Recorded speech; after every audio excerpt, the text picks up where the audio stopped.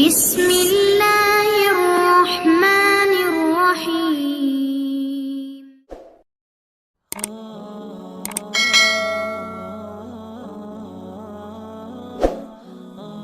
السلام علیکم ورحمۃ اللہ وبرکاتہ۔ آج ہم آپ کے سامنے پاکستان کے ایک مذہبی مشہور و معروف مذہبی اسکالر علامہ احسان الہی ظہیر شہید رحمۃ اللہ تعالیٰ علیہ کی حالات زندگی کے بارے میں ایک دو واقعات آپ کے سامنے عرض کریں گے۔ دوستو، علامہ احسان الہی ظہیر ایک معروف عالم دین اور مؤلف تھے جنہوں نے اپنی زندگی اسلام کی خدمت اور اسلامی تعلیمات کی ترویج میں گزاری۔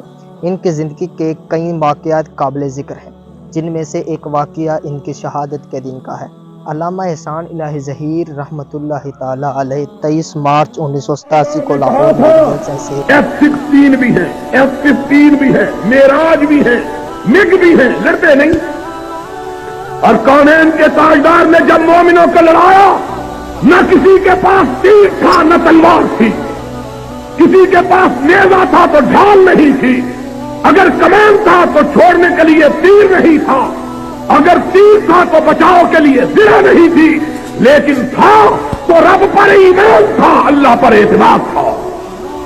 اور انہی کے متعلق اقبال نے کہا تھا کہ کافر ہے تو شمشیر پہ کرتا ہے بھروسہ، اور مومن ہے تو بے تیز بھی لڑتا ہے۔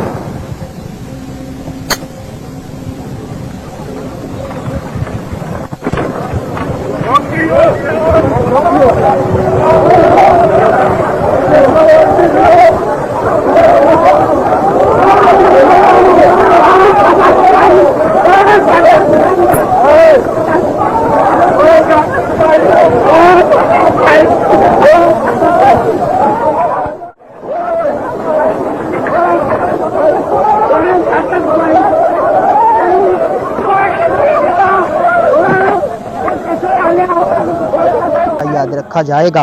ان کے لکھے ہوئے کئی کتب آج بھی اسلامیات کے طالب علموں کے لیے قیمتی سرمایہ ہے۔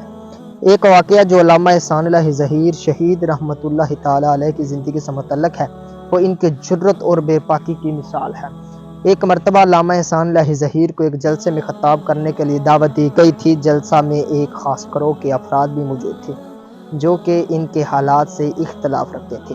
جب علامہ ظہیر نے اپنے خطاب کا آغاز کیا اور حقائق بیان کرنے لگے تو ان مخالف گروہ کے افراد نے شور مچانا شروع کر دیا تھا تاکہ ان کی آواز کو دبایا جا سکے۔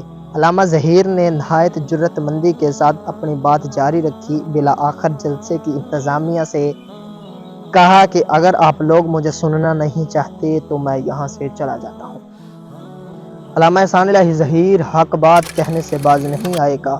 اس پر جلسے میں موجود اکثر لوگوں نے ان کی حمایت کی۔ انہیں اپنی بات مکمل کرنے کا موقع دیا گیا۔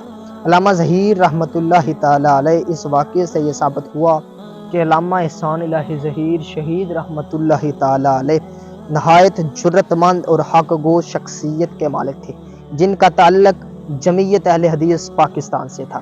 وہ کسی بھی دباؤ یا مخالفت کے باوجود حق بات کہنے سے نہیں کتراتے تھے۔